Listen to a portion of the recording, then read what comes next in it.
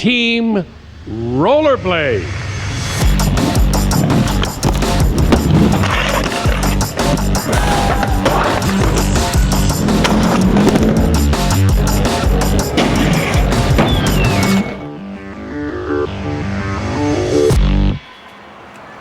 Well, I'm down to my last dollar.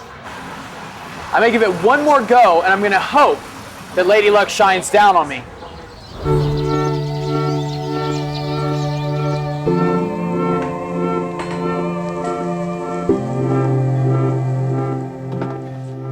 Let me see. I want to see. So these are giant robot juxtaposed. Beautiful decay. High fructose is sick. Cool. The Vice Guide to Sex and Drugs and Rock and Roll. Man. Well, this thing's called Skating Memento, so I'll bring it out. I don't know what it is. Not off the top of my head. My name is Arlo Eisenberg. I was around at the very beginning of rollerblading. I played a role in the formation of what used to be called aggressive skating. I was a skateboarder first, before rollerblading was even on the radar, not just my radar, on the world's radar. And I said, how can I make a living rollerblading? Southern California. That was my beginning in California. My name is Angie Walton, and you've probably never heard of me. I started Daily Bread magazine, and I was a pro skater before that. Daily Bread was by skaters, for skaters, establishing who we were. We were a little group of people doing what we were doing and documenting it in the pages of the magazine. You know, I'm on the floor with the computer trying to learn how to do stuff, and I was taking a shower, and the name Daily Bread popped in my head. And that was it. Arlo is the editor of the inline magazine Daily Bread. Daily Bread's stated purpose is to stay true to the sport and keep it real. Daily Bread's purpose in life is to network the aggressive world of inline skating, and for us to do that, we need you. In the 90s, rollerbladers were descending on Southern California. It was early rollerblade. I mean, it was bright, neon colors. It looks strange and not that cool. My name is Billy O'Neill from Staten Island, New York, and I'm a rollerblader. I remember being like, oh man, West Coast rollerbladers, they're not like us, like East Coast skaters, we're way more, like that was a thing back in the day. There were roller skaters and people on rollerblades that would jump over barrels, so I started doing that, and I knew I was hot shit. Let's see that piercing. Oh, hell yeah. I'm Shannon Joy Rogers, and I rollerblade. Arlo was like the godfather of skating. It starts with Arlo. Everything that came before that, which should be pre-Arlo and post-Arlo. Eventually I met Brooke Howard Smith. Brooke took me under his wing, and I owe so much to him. Angie's house became kind of like a hostel for creatives. It was cool. I just happened to go ahead and move to Venice to a friend's living room floor. There was a whole little scene and a little culture built there. Arlo would be there, Brooke would be there. They were like power twins. So you can't say one without saying the other. Brooke and Arlo. What was it like to be one of the only women in rollerblading? It did not feel unusual. Roaming this planet as a woman is crazy. Like, people don't understand. I mean, in retrospect, I was a 14-year-old girl. I was about this tall. I'm like almost 6 feet. And then with skates on, I'm probably like 6'2", you know. Rollerblades are more than just a vehicle. We live in them. My life was so unconventional, not just because I was a pro skater, whatever that meant. I also was a business owner. I don't know what this is from, but I've got an old Senate hoodie there. This is part of the Senate spread, and there I am. The fact is, if people want to do anything in this industry, hell yes, they have to listen to us. They have to answer to us, is a better way of putting it. Senate means something. It's the reason why Senate does well in the marketplace. And if you're Senate, you're Senate till you die. The first time Brooke told me I was gonna go to Europe, I thought that was insane. I didn't believe it until we got on the plane. My first time going to Europe, we had like this 33-day tour through 10 countries. And that was like huge for me. Like, you know, I'm a kid from Staten Island where everyone's like a garbage man or a cop or a firefighter. It's like, oh bro, you went to, what was it like in Europe over there? I won the second X Games and I got $5,000. I was making $40,000 checks every month, and Senate exploded. It was a multi-million-dollar company. things started moving so fast. Then boom, the internet. That killed the magazine culture. Everything was transitioning. I started kind of making a little bit of money to skate when I was 19. But right kind of when I get in is when the window started like closing and being less and less cool. It happens the same way in every action sports culture. It's like if you create the trick, you name the trick. So the first street trick says Smith grind. Smith grind's a skateboarding trick. I think even Arlo will admit to you that he took a lot of influence directly from skateboarding. We were taking our names from skateboarding. We're like, how can we position our bodies to kind of do things that look like skateboard tricks? So there was no reference, only kind of our own experience with skateboarding. There was one school of thought that maybe we call this thing a Smith grind. The other idea was a sole grind because it's on the sole of your foot is how it locks in. That was something unique to rollerblade, which is the right way to go. By issue 2, it was called a soul grind. This is me street skating, doing a sole grind. And this is when the rivalry kind of thing started happening because, as you can see here, Arlo Eisenberg kick flipping off the roof at the Laguna Ghetto. You can't kick flip on skates, so I put the skates in there as if he's like flipping out of them and then back into them. That was a real feat back then. You had one undo in Photoshop, so I was very proud of that. I think rollerblading had a really interesting trajectory. When the Olsen brothers first invented rollerblades, it was for skiing and hockey purposes. And that's why it kind of did the opposite of what skateboarding did. Skateboarding had culture, they had history, they'd already gone up and down in popularity, they'd already had all of that foundation laid. And so when something like rollerblading comes along, it's new, so it doesn't come with whatever baggage people might associate skateboarding with being dangerous. Rollerblading starts to look a little manufactured. As Dave Carney would say, if that's what you're looking for, then why not do the original thing? Why not do the thing that you're modeling yourself after? Be a skateboarder. I remember once Steve Caballero said to me, he said, "You have to control your board." I was having a really hard day, and he said, "You have to control your board. You can't let your board control you, David." Fuck rollerblading. Like, that was just like, die. Just die. My name is Dave Carney. I'm probably best known for my work with Big Brother Skateboarding magazine in the 90s and early 2000s.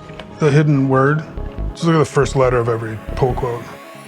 When Big Brother came out, I was obsessed. I was like, this is what media needs to be. There's this magazine for skateboarders called Big Brother Skateboard Magazine. Larry Flint puts it out. Hi, I'm Larry Flint. This is crap. Here's something your children may be reading that you should definitely know about. It's a shocking magazine. It tells you how to commit suicide. Stupid skateboard. I don't know. The Big Brother style, it's a delicate dance between being offensive to your subject and being straight up just rude, but not being mean-spirited about it. Big Brother, these are so rad. To paint a picture of the skateboarding scene in the 90s is to paint a very ugly picture. Street skating was in its infancy and it was gross. There was no style, it was just all about technical flip tricks and wearing horrible clothes. And rollerblading, they were even grosser than skateboarding because it was a new activity and it left a very bad taste in every skateboarder's mouth at the time. Dave and I see differently about this, but I see the aesthetic value and the aesthetic beauty in these other sports. They look cool to me. They're just so blinded by their cultural convictions that they don't see the things for what they are. I remember being sort of disappointed that rollerblading was mimicking skateboarding. You guys have an advantage we don't. Why don't you use it? They're attached to your feet. You guys can do all kinds of weird shit that we can't do. I can imagine myself if I was a skateboarder growing up in California. There's this whole culture tied to it. There's this thing that you love about it. And then you see these like kids, 13, 14, 15, 16, no respect. I would be like, fuck these kids. I completely understand it. During the 90s, skateboarding is a crime. You can't skate here, you need to leave. There were very few skate parks being built, and they were all built on the backs of and on the work of skateboarders. In the beginning, these parks were meant to only be accessible to skateboarding. It was skateboarders making skateboard parks. And of course, rollerbladers and BMXers were also attracted to that terrain and felt it was their right to also ride there while we were. The analogy I always use is it's like golf and soccer are both played on grass, they're both played with a ball, but they don't work very well together in the same space. And it's the same with skateboarding, bikes, and rollerblades. They don't coexist. It translated to real world violence at skate parks sometimes. Like, get out of this park or you're not welcome here. This is a skateboard park. It's not a rollerblade park. It's not a BMX park. And so we essentially policed our spots. Rollerbladers never survived in captivity. But me and my wife Terry are going to try and capture one right now. Get him, Terry! Amazing! Look at this creature! Look at the arms on this one! This one's a mean one! What a creature he is! He's getting wired! I met Arlo when we were doing Big Brother, issue number 69, which, 69 has sexual connotations, so we dubbed it the worst issue ever. The worst issue ever. Issue 69 is the worst issue ever. So we just decided to do all the worst things we could, piss people off. And so we decided, let's do an interview with a pro rollerblader in our skateboard magazine. I don't remember even how we chose Arlo, except that Arlo was kind of the Tony Hawk of rollerblading at the time. I read every issue of Big Brother cover to cover, so I knew exactly where they were coming from. And I had no delusions that, they were bringing me in because they thought that I was cool or just because they wanted to make rollerblading look good. It turns out that Arlo was the best fucking possible person we could have chosen for it. We got like the most articulate, smartest rollerblader in the world and made skateboarders look bad. And I wasn't wrong. I think that we had a really nice conversation, even if it is sprinkled in and around some other just, obvious pot shots. I just kept asking him questions about being gay. There's probably too many gay jokes in there. But that was the whole thing. They were making ads that were like, these guys are gay. They're homosexual. Fuck these guys. And then it kind of became a part of their culture because like any tribal identity has to have something that you're against. We were just having a laugh, really, for shits and giggles. I don't personally know Dave Carney. Maybe he was going through something. I really don't care about his opinion. But also I don't think rollerblading's looking for his approval or an apology from him. That whole thing to me was hilarious. Like, I thought the whole thing was hilarious. He's in a position where he could talk about, oh yeah, like roller skating is cool. That's where we come from. Like, people took roller skate wheels and put them on skateboards. That's kind of our origins. Dave, he's kind of like what I thought to be like the stereotypical just hater. Big Brother did have a lot of rollerblade related humor and products like our Fruit Booter stickers. And this joke just resonated with our audience. They loved it. They loved hating on rollerblades. So of course we promoted it, which I'm never gonna apologize for that because I feel like even gay people would find that word like that term funny. Like Fruit Booter, like they're fruit boots. They're just, that's to me is just silly. Fruit Booter is the best. I thought that was really clever. I actually have a Fruit Booter shirt. This anti-rollerblading sentiment was worldwide. Everyone hated rollerbladers. Everyone regarded them as gay. The single joke that rollerblading is gay definitely did a lot of harm to rollerblading. They were trying to connect us to the Venice Beach spandex skating in a circle dance scene, which has a lot of gay people in it. It was the 90s and anything that was not masculine was gay. Like, oh, that's gay, it's lame or whatever. The quick fire way to like call somebody out is like, oh, you're gay, you're fag or whatever. Like, I don't know. It was a different time. That doesn't make it right or excuse it or anything. I was very familiar with gay culture and the gay community. Big Brother is a champion of LGBTQ. Roller faggot, gay. These are things I used to hear literally skating on the street. People would yell them out the car at you. I didn't care if people thought I was gay. I did care that people thought that they were putting me down. You know what, I'm not gay. And you know what, on top of it, there's nothing wrong with being gay. So go fuck yourself. And as a black woman on planet Earth, I always had my guard up, probably more so than a lot of like the men around me had to. But I'm like, oh, you're just calling me a name? That's the worst you're gonna do? Like, you know what I mean? Like, you might as well just call me the N-word. Would you call me the N-word? And they like really shut up because they never thought about it. Oh! He has won the championship. This is his final run, just for fun. Being a pro doesn't mean you get paid to do what you love. It means doing what you love, even when you don't want to do it. If I say I won an X Games gold medal to anyone, they understand very quickly that I was good at something. I wanted nothing to do with the X Games. We were literally 2 years old into building our culture. We didn't belong there. I was never particularly like a huge X Games person. We were always against that shit because what is X Games?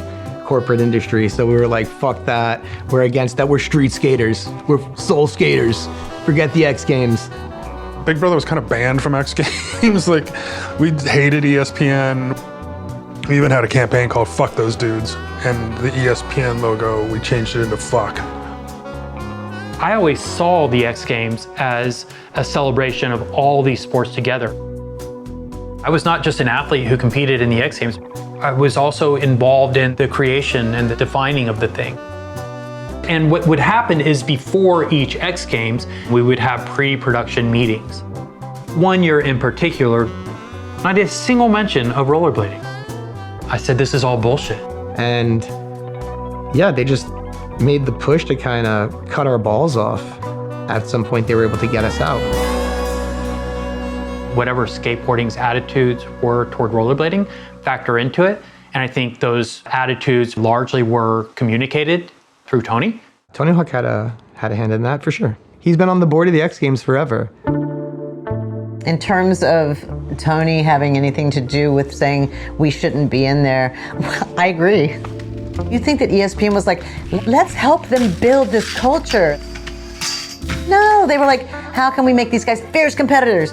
People have been doing that since the beginning of time. Pit two people against each other, create a controversy, and you're the only one that wins. ESPN, those fucking cocksuckers, never listened to anything anybody said, let alone skateboarders. Dave and I discussed this a little bit, but you know, if you're being pragmatic and charitable, ESPN is not going to do anything to cut their own bottom line. They got rid of it because they saw that it wasn't working with the X Games. It's business, it's war, and they won the war. To be honest, I don't even want us in the X Games. I don't see that as us.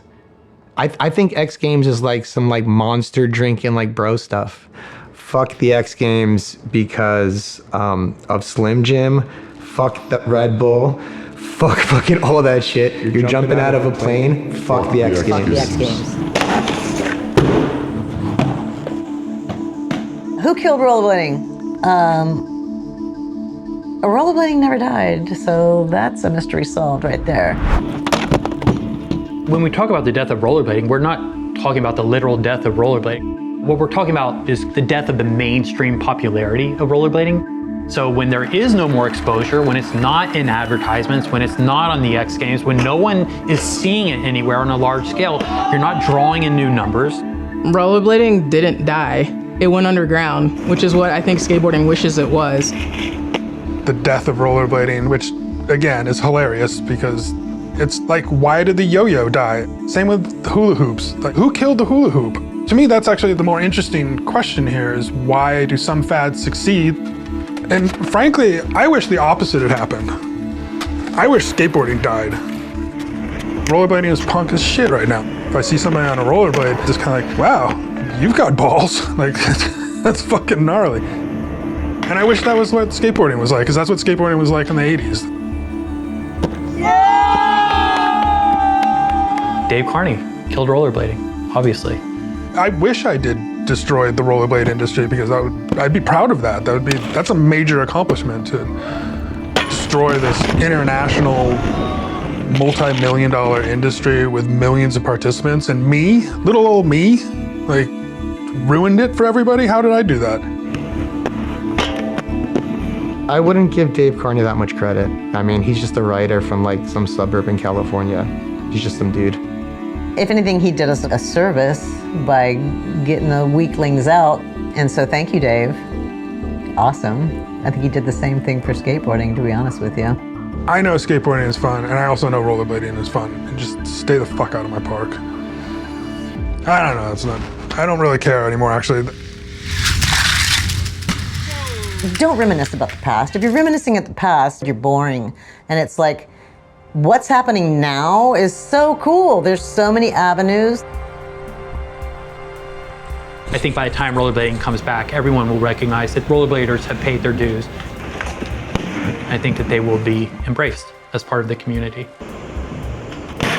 I think the difference between skateboarding and rollerblading is like, you know, if you see someone in the coffee shop with a Thrasher shirt on, it doesn't really mean anything because you see probably Jeff Bezos with a goddamn Thrasher shirt on. Like, it's like, what does it mean? Like, if you see someone with a rollerblading shirt on, you're like, that dude or that girl or that person definitely rollerblades because it's our little family. There's something special about that. It's organic, it's authentic, and I'll be a rollerblader till the day I die.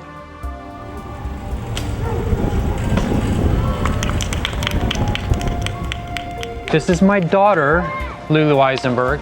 Team Senate till I die. I want to be like that. I want to be like that when I grow up, and right now.